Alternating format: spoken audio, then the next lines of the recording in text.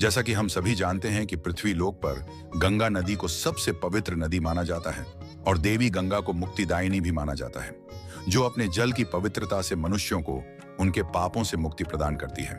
किंतु क्या आपको यह बात पता है कि गंगा नदी वास्तव में पहले पृथ्वी लोक पर नहीं थी, बल्कि गंगा नदी पहले देवलोक में वास करती थी? तो चलिए आज के इस वीडियो में हम आपको गंगा देवी के पृथ्वी पर अवतरण के पीछे की कथा सुनाते हैं। यह बात उस समय की है जब प्रभु श्री राम के पूर्वज, जिनका नाम सागर था, वे अयोध्या पर राज करते थे। उन्हें माता सरस्वती के आशीर्वाद से 60,000 पुत्र प्राप्त हुए थे। एक दिन उन्होंने अश्वमेध यज्ञ करने का सोचा। अश्वमेध यज्ञ में एक घोड़े को कई राज्यों से होकर गुजरना पड़ता है और अगर किसी राज्य ने भी उस घोड़े को रोकने की कोशिश की तो उस राज्य को अश्वमेध यज्ञ करने वाले राज्य से युद्ध करना पड़ता था। इस यज्ञ का प्रारंभ हुआ और अश्वमेध यज्ञ का घोड़ा कई राज्यों से होकर गुजरने लगा, लेकिन किसी भी राज्य ने उसे नहीं रोका। यह बात जब देवराज इंद्र को पता चली तो उन्हें अपने सिंहासन के छिन जाने की चिंता सताने लगी, जिसके कारण उन्होंने उस घोड़े को लेकर ऋषि कपिल के आश्रम में बंद कर दिया। तब महाराज सागर ने अपने 60,000 पुत्रों को आदेश दिया कि वे यज्ञ के घोड़े को खोज कर लाए। इसके तुरंत बाद उनके सभी पुत्र तीनों लोकों में उस घोड़े को ढूंढने निकल गए और जब वे सभी ऋषि कपिल के आश्रम पहुंचे तो उन्होंने उस घोड़े को वहां देखा।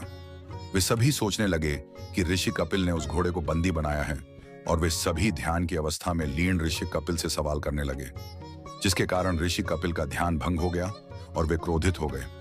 उन्होंने अपने तपोबल से महाराज सागर के 60,000 पुत्रों को भस्म कर दिया, जिसके कारण वे सभी प्रेतात्मा बन गए और उन्हें मुक्ति की प्राप्ति नहीं हुई।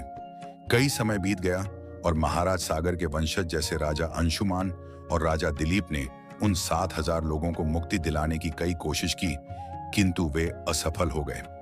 और जब राजा दिलीप के पुत्र भागीरथ अयोध्या के राजा बने, तब उन्होंने इस कार्य को करने का सोचा और उन्होंने अपने राज्यपाट के कार्य को अपने मंत्रिमंडल को सौंप दिया और इस कार्य को करने के लिए निकल पड़े।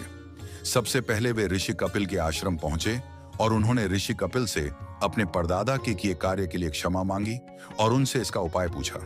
तब ऋषि कपिल ने उन्हें कहा कि उनके परदादा की आत्मा तभी मुक्त होगी जब उनकी अस्थियों को गंगा नदी में प्रवाहित किया जाएगा।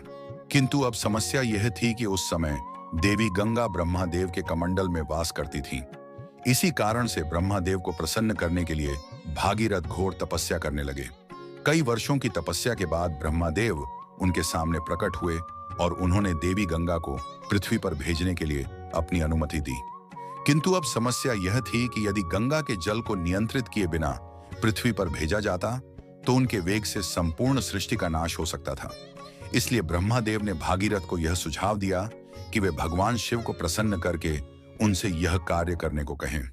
तब भागीरथ शिव जी को प्रसन्न करने के लिए घोर तपस्या करने लगे और कई वर्षों की तपस्या के बाद शिव जी उनके सामने प्रकट हुए और उन्होंने यह कार्य करने के लिए अपनी सहमति दी।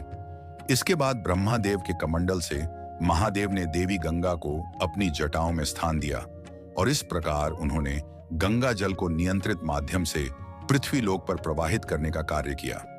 इस तरह देवी गंगा मनुष्यों के उद्धार हेतु पृथ्वी लोक पर अवतारित हुई और इस प्रकार भागीरथ ने अपने पूर्वजों की अस्थियों को गंगा जल में प्रवाहित किया, जिसके कारण उन सभी आत्माओं को मुक्ति मिली।